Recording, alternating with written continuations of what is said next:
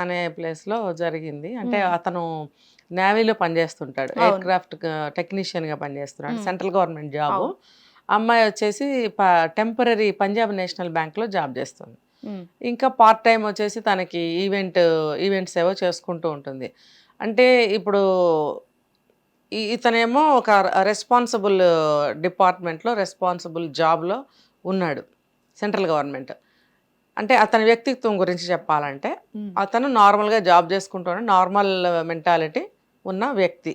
ముందు ఈ హత్య జరిగిన తర్వాత సంగతి నేను చెప్పట్లేదు, ముందు ఈ అమ్మాయి ఏంటంటే కొంచెం డబ్బు సంపాదించాలి, ఎక్కువగా డబ్బు సంపాదించాలి. ఇంకొకటి తన అందం మీద తనకి ఎక్కువ కాన్ఫిడెన్స్. కోర్స్ అందంగా ఉంది అమ్మాయి, ఉండబట్టే ఈవెంట్స్ అవి కూడా చేయటానికి తను ఆ మార్గాన్ని ఎంచుకుంది అనుకుందాం. ఇంకా తను ఇంటర్మీడియటే చదివిందని చెప్పారు.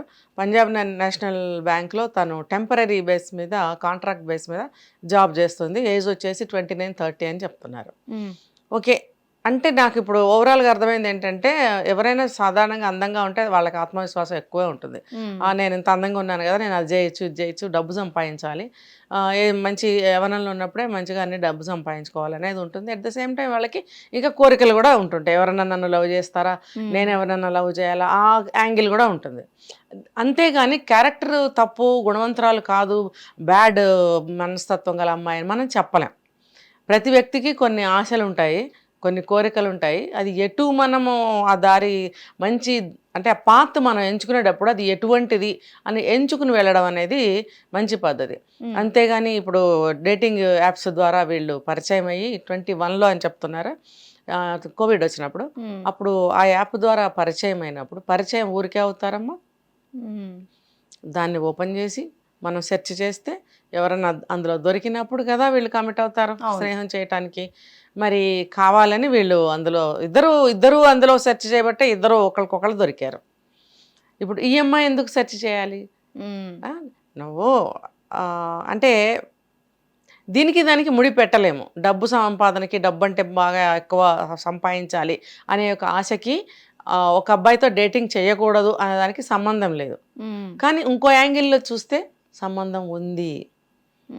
సాధారణంగా ఆ యాప్స్లోకి వెళ్ళేవాళ్ళు నార్మల్ పద్ధతిలో ఒక అబ్బాయిని ఎంచుకొని పెళ్లి చేసుకుని సంసారం చేద్దాం అనే మెంటాలిటీ ఉండదు.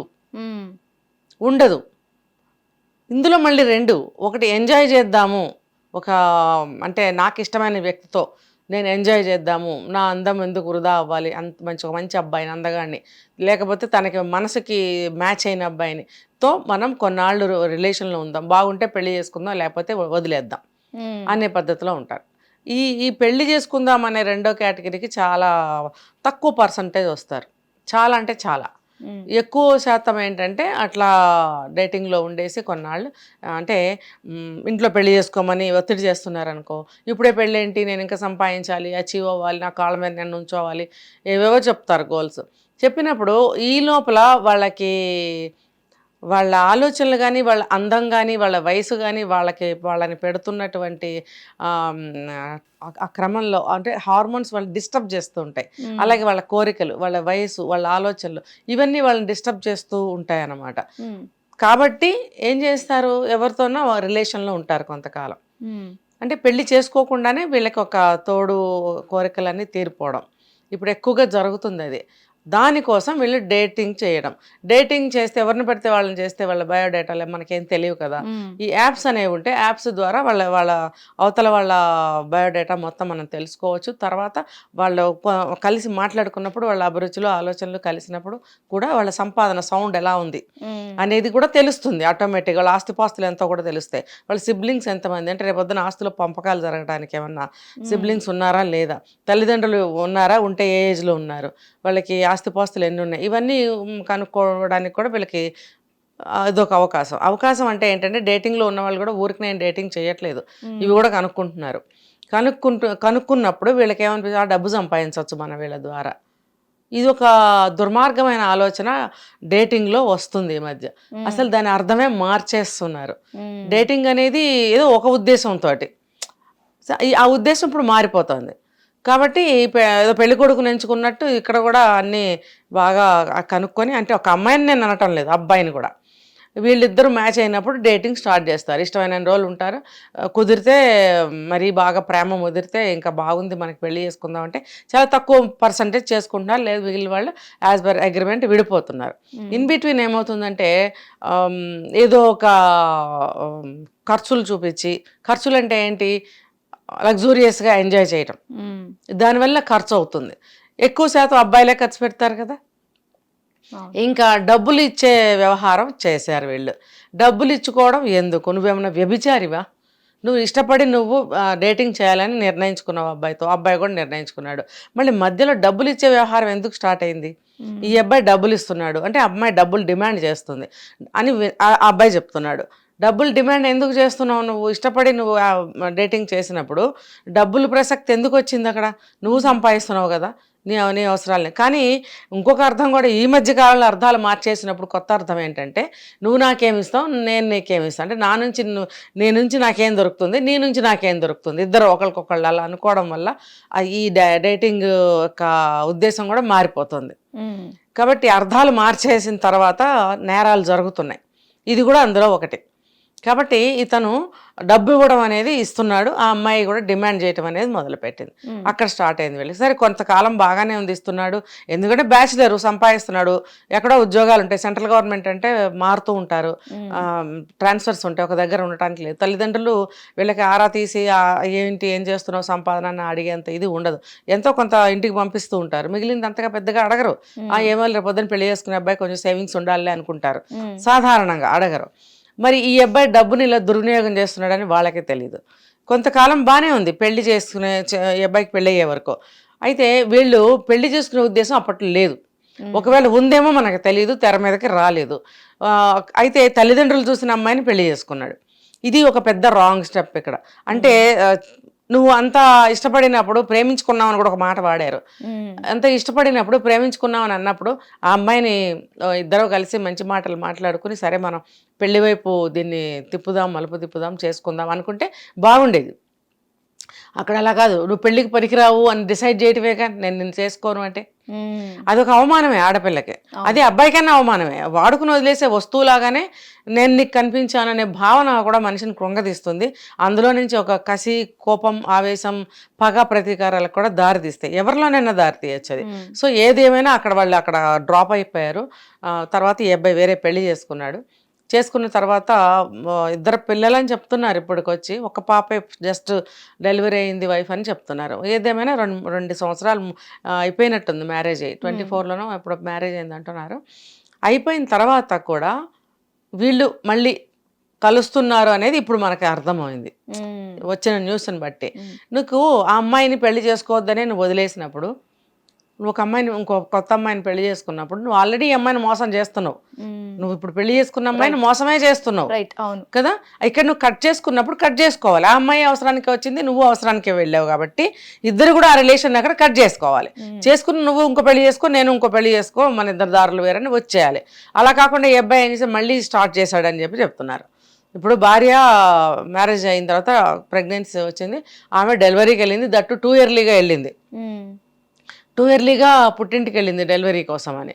అంటే ఇతనే పంపించాడా అనేది ఒక అనుమానం. ఈ అమ్మాయితో మళ్ళీ ప్రేమాయణం సాగించడానికి. అంటే నీకు అమ్మాయి మీద ఆ మోజు ఉందే తప్ప పెళ్లి చేసుకుని ఒక భార్యగా స్వీకరించే లక్షణాలు అమ్మాయిలో నీకు కనపడలేదు. అంటే నీకు పెళ్లి చేసుకుని ఇంట్లో పడుండి అన్నీ చేసుకోవడానికి ఒక అమ్మాయి కావాలి, నీకు మోజుగా ఉండి నీ కోరికలు తీర్చడానికి ఒక బొమ్మ లాంటి అమ్మాయి ఇంకోటి కావాలి. అంటే ఇక్కడ ఈ అబ్బాయి మనస్తత్వం నాకు నచ్చలేదు. ఇది తప్పు. ఈ అబ్బాయి కదా ఇలా ఉన్న ఏ అబ్బాయి కూడా తప్పే. నేను డీటెయిల్గా ఎందుకు చెప్తున్నా అంటే, కొంతమంది అంటున్నారు అబ్బాయే తప్పు చేశాడా, అమ్మాయిలు ఏం తప్పు చేయట్లేదా అని అడుగుతున్నారు.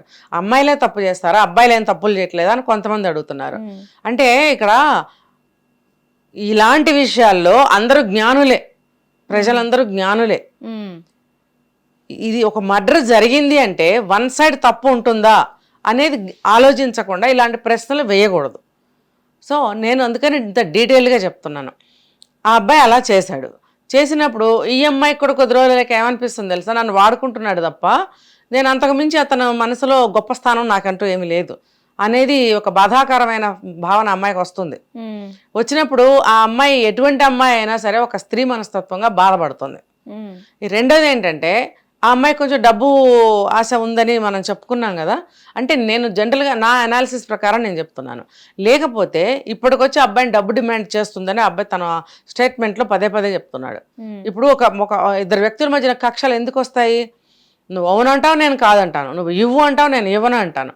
చివరికి లాక్కోవడం, పెనుగులాటలు జరుగుతాయి. ఆ పెనుగులాట జరిగినప్పుడు నువ్వు ఎందుకు ఇవ్వవు అని అవతల మనిషి పెనుగులాడినప్పుడు నేను ఎందుకు ఇవ్వాలి అని చెప్పి యువతల మనిషి పెనుగులాడతాడు. అంటే గుంజుకోవడం ఇద్దరు ఒక రెండు వైపుల నుండి కూడా. ఆ పెనుగులాటలో ఏమవుతుందంటే కక్షలు తీవ్ర రూపం దాలుస్తాయి, పట్టుదలలు పెరిగిపోయినప్పుడు కసి పెరిగిపోయి ఇద్దరు కూడా కొట్టేయాలి, తన్నేయాలి, తోసేయాలి అనేది కోపం వస్తుంది. అందులో నుంచి ఈ పరాకాష్ట చంపేయడం. దీనికి ఇంకొక రీజన్ ఏంటంటే అబ్బాయి సెంట్రల్ గవర్నమెంట్ ఎంప్లాయ్ అయినప్పుడు, స్టేట్ గవర్నమెంట్ ఎంప్లాయ్ అయినా కూడా వాళ్ళకి ఐడి అనేది చాలా ఇంపార్టెంట్.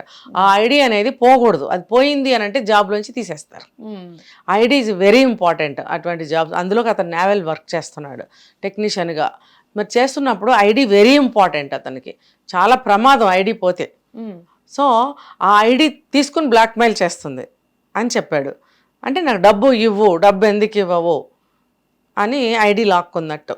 ఆ ఐడి ఎందుకు తీసుకుంటావు, నా ఐడి ఇవ్వు. సరే అందుకని అమ్మాయి ఐడి ఇవ్వకపోయేటప్పటికి పిలిచాడంట ఇంటికి. పిలిచినప్పుడు ఏమైందంటే అక్కడ గొడవ అయింది. గొడవ అయ్యి ఆ పెనుగులాటలో ఆమెకు ఊపిరి ఆడకుండా బాత్రూంలోకి తీసుకెళ్ళిపోయి నోరు ముక్కు మూసేయడం వల్ల ఊపిరి ఆగిపోయి స్పృహ తప్పిపోయింది. మళ్ళీ బయటకు తీసుకొచ్చి గొంతు నూలిమేసి చంపేశాడు. తర్వాత కసి తీర ఏవేవో చేశాడు, నరికేయడాలు, అందులో పెట్టడాలు, కొన్ని తీసుకెళ్ళి కాల్ చేయడాలు. అంటే చిన్న చిన్న విషయాలు పెద్ద పెద్ద కక్షలకు దారితీస్తాయి. సహజంగా ఎవరు కూడా నేరస్తులు అవ్వరు. ఇప్పుడు కొన్ని యాప్స్ రావడం వల్ల, కొన్ని చట్టాలు రావడం వలన మనుషుల యొక్క ఆలోచనలు మారిపోవడం వల్ల వాళ్ళ యొక్క మనస్తత్వాలు కూడా మారిపోతున్నాయి. ఎంతసేపటికి ఎంజాయ్ చేద్దాం, ఒకటి దగ్గర నుంచి లాక్కుందాం, లేకపోతే చంపేద్దాం. అంటే సమాజంలో ఉన్న పరిస్థితులు మనుషుల్ని నేరస్తులుగా తయారు చేస్తున్నాయి. అంటే ఇంకా చెప్పాలంటే మనుషులు నేరస్తులుగా మారటానికి సమాజము, చట్టాలు కారణము. అదే కానీ కట్టుబాట్లు ఉన్నట్టయితే, కట్టుబాట్లు ఎక్కడన్నా ఉన్నాయా చెప్పమ్మా? కట్టుబాట్లను మాట్లాడితే మీదకొచ్చి కొడుతున్నారు. కట్టుబాట్లు అంటే డిసిప్లిన్ అని కూడా చెప్పుకోవచ్చు. ఈ కట్టుబాట్లు, క్రమశిక్షణ ఎప్పుడైతే ఉండదో, కట్లు తెంచుకుని బయటకు వచ్చేస్తారో క్రైమ్స్ అనేవి పెరిగిపోతాయి. అంతే కదా, విచ్చలవిడిగా నేను ఉంటాను, నా ఇష్టం వచ్చినట్టు నేను ఉంటాను, నా ఇష్టం వచ్చినట్టు నేను చేస్తాను, నువ్వెవరు అడగడానికి, ఇట్లా అన్నప్పుడు ఏమవుతుందంటే ప్రతి ఒక్కళ్ళు ఇలా అనుకున్నప్పుడు అక్కడ సత్యం, ధర్మం, నీతి, న్యాయం ఉంటాయా? ఉండనే ఉండవు. అందరూ కూడా విచ్చలవిడిగా అధర్మంగానే, అన్యాయంగానే బిహేవ్ చేస్తూ ఉంటారు. నాకు కావాల్సినప్పుడు నేను సంపాదించుకోవాలంటే ఏమైనా చేసి నేను సంపాదించుకుంటాను, సాధిస్తాను అనేటువంటిది బయలుదేరింది ప్రతి ఒక్కళ్ళు. అంతేగాని ఇది సమాజంలో కొన్ని కట్టుబాట్లు, కుటుంబానికి కొన్ని కట్టుబాట్లు, ఇది చేయకూడదు, ఇది చెయ్యాలి అనే నియమ నిబంధనలు అన్నీ తొలగించేసుకుని విశృంఖలంగా బయటపడటం వల్ల ఇలాంటివి జరుగుతున్నాయి. లేదు అని అంటే ఒక ఆడపిల్ల 30 సంవత్సరాలు వచ్చే వరకు పెళ్లి కాకుండా డబ్బు సంపాదనలో పడింది అంటే కుటుంబ సభ్యులు చెప్తారు, కొంతమంది చెప్పరు. చెప్పినా కూడా ఇలా వెళ్ళేవాళ్ళు ఉన్నారు. అప్పుడు నువ్వు కట్టుబాట్లు తెంచుకుని వచ్చినట్టే కదా లెక్క. లేకపోతే పెద్దవాళ్ళు ఊరుకున్నారనుకో, వాళ్ళే కట్టుబాట్లకి, విలువలకి విలువ ఇవ్వలేదనే కదా అర్థం. ఇద్దరు పెద్దవాళ్ళైనా చేస్తున్నారు, పిల్లలైనా చేస్తున్నారు. ఆ కట్టుబాట్లు తెంచుకోవడం అనేది ఈజ్ ఈక్వల్ టు సమాజం. నువ్వు నేను కలిస్తేనే కదా సమాజం. ఇవన్నీ ఎవరు చేస్తున్నారు? సమాజమే చేస్తుంది. దీనికి తగ్గట్టుగా చట్టాలు మారుస్తున్నారు. అంటే మీరు చెప్పండి, ఈ డేటింగ్ యాప్స్ కావచ్చు, లేకపోతే ఇలాంటివి ఏమైనా యాప్స్ వాటివి మీరు అసలు ఎట్లా చూస్తారు? ముఖ్యంగా ఎట్లా చూడడం ఏంటి, అవి దరిద్రాలు, ముదనష్టం. అవి అలాంటివి ఉపయోగపడే యాప్స్ పెట్టండి. ఇవి ఎందుకు? ఒక ఆడపిల్ల జీవితం నాశనం అయిపోయింది, ఆ అబ్బాయి కుటుంబం మొత్తం విచ్ఛిన్నమైంది.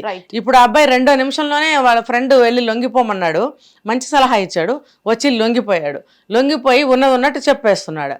చెప్పేయడం వల్ల అందులో తెలివిగా చెప్పాడా, మామూలుగా చెప్పాలని భయంతో చెప్పాడా అనేది తెలియదు మనకి. ఏది ఏమైనా అతను కొన్ని పనిష్మెంట్స్ నుంచి బయటపడ్డాడని చెప్పచ్చు. ఎందుకు 3rd డిగ్రీ అని ఇంట్రాగేషన్లో అనేకమైనటువంటి చర్యలు చేస్తారు ఈ నేరస్తులకి. అవన్నిటి నుంచి బయటపడ్డాడు అని మనం చెప్పుకోవచ్చు. కానీ ఎందుకు బయటపడాలి? ఒక మనిషిని నువ్వు కోపం వచ్చినప్పుడు ఒక 2 దెబ్బలేసి ఇంట్లోంచి గెంటేయి, లేదా పోలీస్ కంప్లైంట్ ఇవ్వలేవా? నువ్వు నీ ఐడి పోయిందని ఆ అమ్మాయిని రూమ్లో బంధించి నువ్వు వెంటనే పోలీస్ కంప్లైంట్ నువ్వు ఇచ్చినట్టయితే నీకు అప్పటికప్పుడే నీ ఐడి నీ చేతిలోకి వచ్చి ఉండేది. నువ్వు ఎందుకు ఆలోచించట్లేదు? ఆలోచనలు నేను ఇందాకే చెప్పాను, మనస్తత్వాలు మారిపోతున్నాయి, ఆలోచనలు మారిపోతున్నాయి. అంటే సరైన ఆలోచనని మన మెదడు ఇవ్వలేకపోతుంది ఆ ఆవేశాలు కోపాలతోటి. కాబట్టి ఇతను ఆ చంపకుండా కూడా బయట పడి ఉండొచ్చు. చాలా సింపుల్ ఇది. ఇప్పుడు ఇలాంటి కేసుల్లో ఇలాగే ఉంటుంది, కోపాలు అవన్నీ వస్తాయి, బ్లాక్మెయిలింగ్స్ ఉంటాయి. కానీ ఒక కేసు 2 కేసులు ఇన్ని కేసులు జరుగుతున్నప్పుడు మిగతా ఇలాంటి వాటిల్లో ఉన్న వాళ్ళు జాగ్రత్త పడాలా లేదా? ముళ్ళ మీద బట్టబడినప్పుడు మనం ఎంత జాగ్రత్తగా తీసుకోవాలి. రైట్. పర్రమని లాగితే ఏమవుతుంది? అది మొత్తం జరిగి కూర్చుంటుంది కదా. దాన్ని జాగ్రత్తగా తీసుకున్నట్టయితే ఆ బట్ట ఉపయోగపడుతుంది. ఇది మన చిరక్కుండా బట్ట లాంటిది మన జీవితం. అది మన జీవితం ఇలాగ చిందరవందర అవ్వకుండా ఈజీగా ప్రశాంతంగా జరిగేటట్టుగా మనం చేసుకోవాలి. అంతేగాని కొట్టేసి చంపేసుకుంటే 2 నిమిషంలోనే నువ్వు జైలుకి వెళ్ళిపోయావు కదా.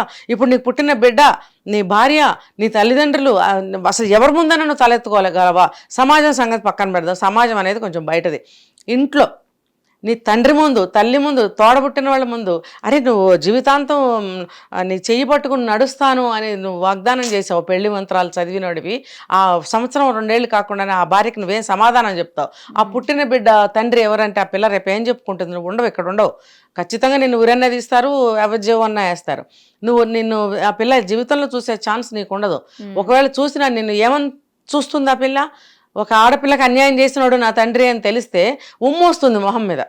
ఆల్రెడీ భార్య ఊస్తుంది, ఖచ్చితంగా ఊస్తుంది. ఆవిడ ఇంకా నాకు ఇతను లేడనే అనుకుంటుంది. ఎందుకంటే ఎటు లేడు, ఇక్కడ జైల్లో ఉంటాడో చచ్చిపోతాడో తెలీదు.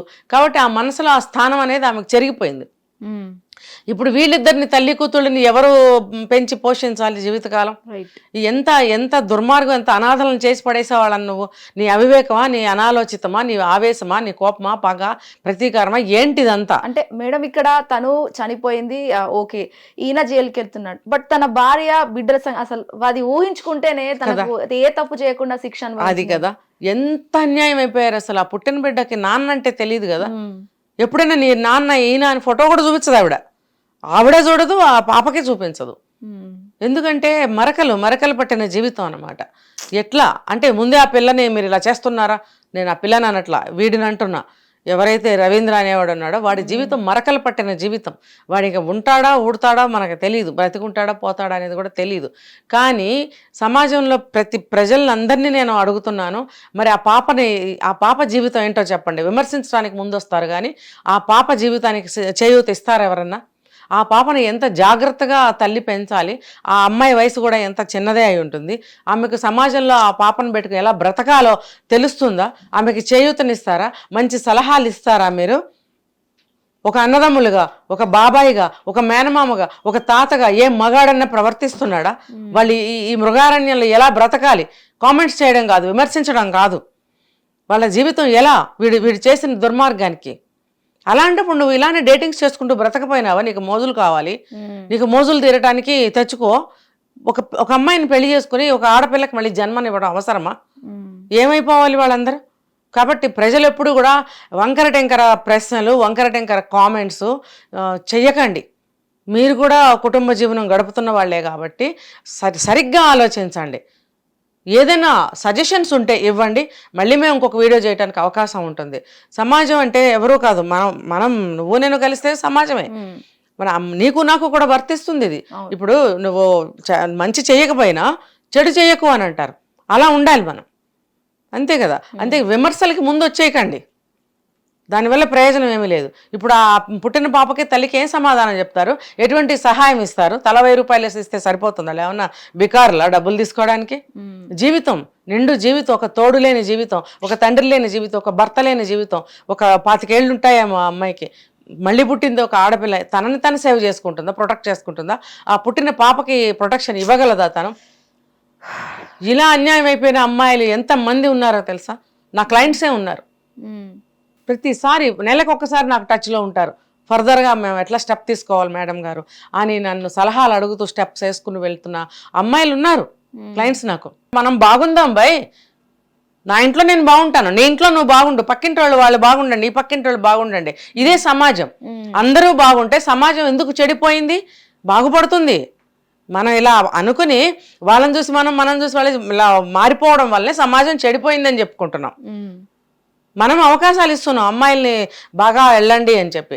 మీరు బాగా చదువుకున్న ఉద్యోగం చేసి మీరు మీ కాళ్ళ మీద నిలబడి ఒక పవిత్రంగా ఉండి చక్కగా ఒక పెళ్లి చేసుకున్నట్టయితే మంచి అబ్బాయిలు ఉండరా చెప్పండి.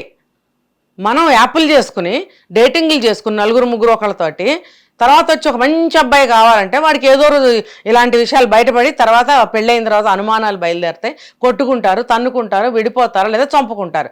ఇదంతా ఎక్కడి నుంచి వస్తుంది ఆలోచించండి. నేను ఎవరిని బ్లేమ్ చేయను, తల్లిదండ్రులు నన్ను, ఆ పిల్లలు నన్ను, ఎవరిని అన్ను.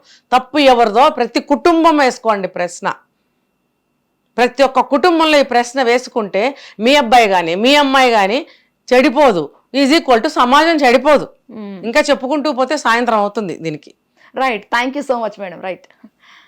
హిట్ టీవీ యాప్, ఇందులో short news, live news, entertainment shows, movies, digital magazines తో పాటు మీ జిల్లా వార్తలను కూడా ఫ్రీగా చూడొచ్చు. ఇంకెందుకు ఆలస్యం, వెంటనే హిట్ టీవీ యాప్ ని డౌన్లోడ్ చేసుకుని ఫ్రీగా ఎంటర్టైన్మెంట్ పొందండి. Hit TV app. Hit TV app. Please download hit TV app. Hit TV app ని ఫ్రీగా డౌన్లోడ్ చేసుకొని ఎంజాయ్ చేయండి. మీకు నచ్చిన ఎంటర్టైన్మెంట్ కోసం హిట్ టీవీ యాప్ ని ఫ్రీగా డౌన్లోడ్ చేసుకుని ఎంజాయ్ చేయండి. హిట్ టీవీ యాప్ ని డౌన్లోడ్ చేసుకుని ఆస్వాదించండి, ఆశీర్వదించండి. ఇంతమంది సెలబ్రిటీలు హిట్ టీవీ యాప్ ని డౌన్లోడ్ చేసుకోండి అని చెప్తున్నారంటే ఎంత మంచి యాప్ ఆలోచించండి. అమెరికాలో చదవాలనుకునే వాళ్ళకి విశ్వసనీయమైన పేరు మన శౌర్య కన్సల్టెన్సీ. UK లో 1 year masters. UK లో 1 year masters. 2 years work permit up to 5 years visa. Contact Saurya Consultancy.